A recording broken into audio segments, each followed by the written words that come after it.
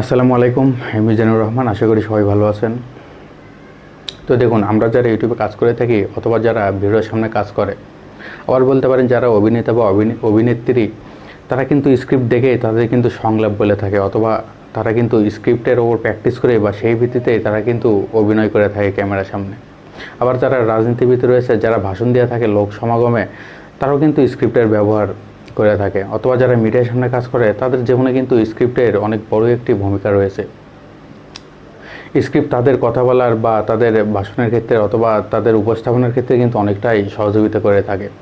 তো আপনি যদি একজন নতুন ইউটিউবার হন বা নতুন ইউটিউবে যদি কাজ করেন, আপনি আপনার জীবনে বা আপনার ক্ষেত্রে স্ক্রিপ্টের কী ভূমিকা রয়েছে সে সম্পর্কে বিস্তারিত তুলে ধরার চেষ্টা করব। তো তার আগে বলি, আপনি যদি আমার চ্যানেলে নতুন হয়ে থাকেন তাহলে অবশ্যই আমার চ্যানেলটিকে সাবস্ক্রাইব করুন, কারণ আমি আপনাদের জন্য প্রতিনিয়ত এরকম টেক রিলেটেড ভিডিও নিয়ে আসার চেষ্টা করে থাকি। তো চলুন তাহলে শুরু করি। আপনি যদি একজন নতুন ইউটিউবার হন তাহলে কিন্তু আপনার শুরুতেই মনে হবে, বা আপনি যাদের ভিডিও দেখে থাকেন বা যারা বড় বড় ইউটিউবার রয়েছে যাদেরকে আপনি ফলো করেন, আপনার কিন্তু শুরুতে একটা সময় মনে হবে যে আমি যদি তাদের মতো কথা বলতে পারতাম, বা তারা যেভাবে উপস্থাপনা করে বা তাদের কথা বলার যেরকম ভঙ্গি, তারা যেভাবে গুছিয়ে কথা বলে, এরকম আমি যদি বলতে পারতাম তাহলে হয়তো অনেকটা ভালো হতো, আমার ক্ষেত্রেও সুবিধা হতো। এটা কিন্তু ভাবা স্বাভাবিক যারা নতুন ইউটিউবে কাজ করে। আমার বা আপনার ক্ষেত্রে, সবার ক্ষেত্রে এমনটা কিন্তু হয়। আমরা সবাই ফলো করি যারা বড় বড় ইউটিউবার আছে, তাদের কথা বলার ধরন বা ভঙ্গি, সে অনুযায়ী আমরাও চেষ্টা করি, বা আমাদেরও আশা থাকে যে আমরা তাদের মতো উপস্থাপনা করব বা কথা বলবো। দেখুন, যারা বড় বড় ইউটিউবার তারাও কিন্তু শুরুতেই অনেকেই স্ক্রিপ্ট ব্যবহার করে বা করে থাকে। আপনি যদি নতুন ইউটিউবার হন সেক্ষেত্রে আপনি কিন্তু শুরুতে তাদের মতো কথা বলতে পারবেন না, বা তাদের মতো আপনার কিন্তু উপস্থাপনা হবে না, বা আপনি কিন্তু তাদের মতো ওইভাবে গুছিয়ে পারফেক্টলি কথা বলতে পারবেন না, কিন্তু তারপরে আপনাকে চেষ্টা করতে হবে। আর আপনি যদি এই ক্ষেত্রে স্ক্রিপ্টের ব্যবহার করেন, এটা কিন্তু আপনাকে অনেকটাই সহযোগিতা করবে বা সামনের দিকে এগিয়ে নিয়ে যেতে সাহায্য করবে। ধরুন, আপনি কোনো একটি টপিকে, কোনো একটি বিষয়ে আপনি যদি কথা বলেন, তাহলে আপনি হয়তোবা সেই টপিকটা বের করে আপনি আপনার ভিডিও তৈরি করার জন্য প্রয়োজন মতো আপনি রিসার্চ করলেন বা তথ্য সংগ্রহ করলেন। তথ্য সংগ্রহ করে আপনি হয়তোবা সেগুলো মুখস্থ করে ক্যামেরার সামনে বলার চেষ্টা করলেন, কিন্তু তারপরেও দেখবেন আপনার কিন্তু সবগুলো মনে থাকবে না। আপনার হয়তো 2-3টা বিষয় হয়তো কথা বললেন, তার পরবর্তীতে যে বিষয় রয়েছে সেটা হয়তো বা আপনার মনে হচ্ছে না বা মনে নাও হতে পারে, এটা কিন্তু হওয়াটা স্বাভাবিক। কিন্তু এক্ষেত্রে আপনি যদি যে বিষয়গুলো নিয়ে কথা বলবেন ভিডিওর সামনে, যে বিষয়গুলো আপনি উপস্থাপনা করবেন, সেই বিষয় যদি আপনি একটি কাগজে স্ক্রিপ্ট আকারে লেখেন এবং পুনরায় লেখেন, আপনি যেগুলো কথা বলবেন বা উপস্থাপনা করার চেষ্টা করবেন সেগুলো একটি কাগজে লেখা বা একটি খাতায় লিখে আপনি যদি স্ক্রিপ্ট আকারে সেগুলো প্র্যাকটিস করেন, বা আপনার রুমে বা আপনার বাসায় নিজেই যদি আপনি 4-5 বার প্র্যাকটিস করেন, সেই আঙ্গিকে আপনি কিন্তু দেখবেন যে প্রথম যেই ভিডিওটি আপনি করবেন, তার পরবর্তীতে যে ভিডিওটা করবেন, দেখবেন শুরুতে যে ভিডিও করছেন তার ভেতর অনেকগুলো আপনার ভুল রয়েছে বা অনেকগুলো আপনার গ্যাপ রয়েছে, যেগুলো আপনি পরবর্তী ভিডিওতে বুঝতে পারবেন, বা দ্বিতীয় ভিডিওতে আপনি কিন্তু সেগুলো বুঝতে পারবেন। আবার আপনি যখন 3 নম্বর ভিডিওটি করবেন, তখন কিন্তু আপনার 2 নম্বর ভিডিওতে যেগুলো সমস্যা রয়েছে এগুলো কিন্তু আপনি বুঝতে পারবেন, বা আপনার সমস্যা কিন্তু আপনার চোখে ধরা পড়বে।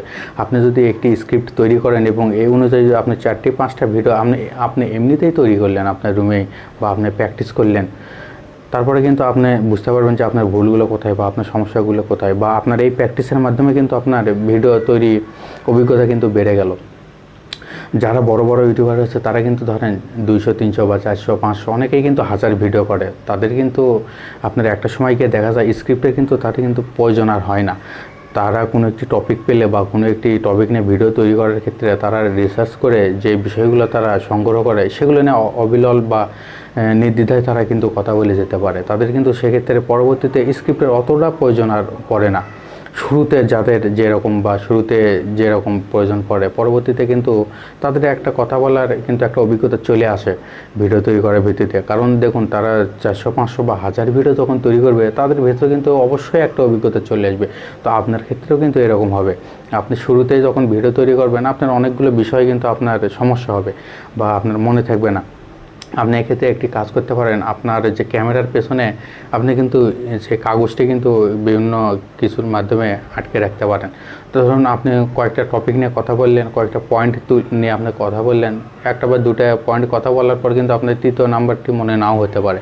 সেক্ষেত্রে আপনার ক্যামেরার পেছনে যদি আপনার একটি কাগজে বড় করে আপনার চারটি আপনি যেই কটা টপিক নিয়ে কথা বলেন বা যেই কটা পয়েন্ট নিয়ে কথা বলেন, আপনি যদি বড় করে লিখে রাখেন, সেক্ষেত্রে আপনি কিন্তু ক্যামেরার দিকে তাকালেও আপনার পেছনে সেই কাগজের দিকে আপনার চোখ পড়বে।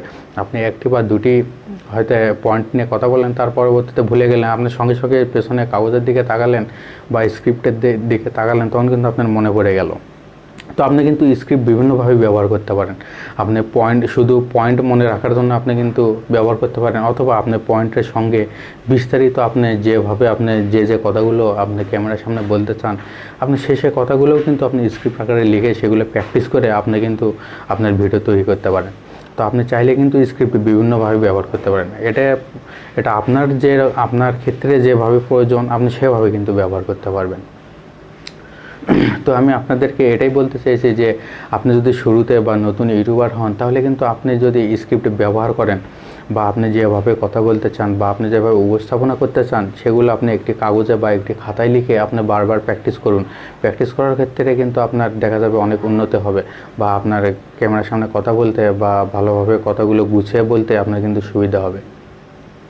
তো নতুন যারা রয়েছে তাদের কিন্তু এটা করাটা অবশ্যই দরকার, কারণ আপনি শুরুতে কিন্তু বাস্তবিক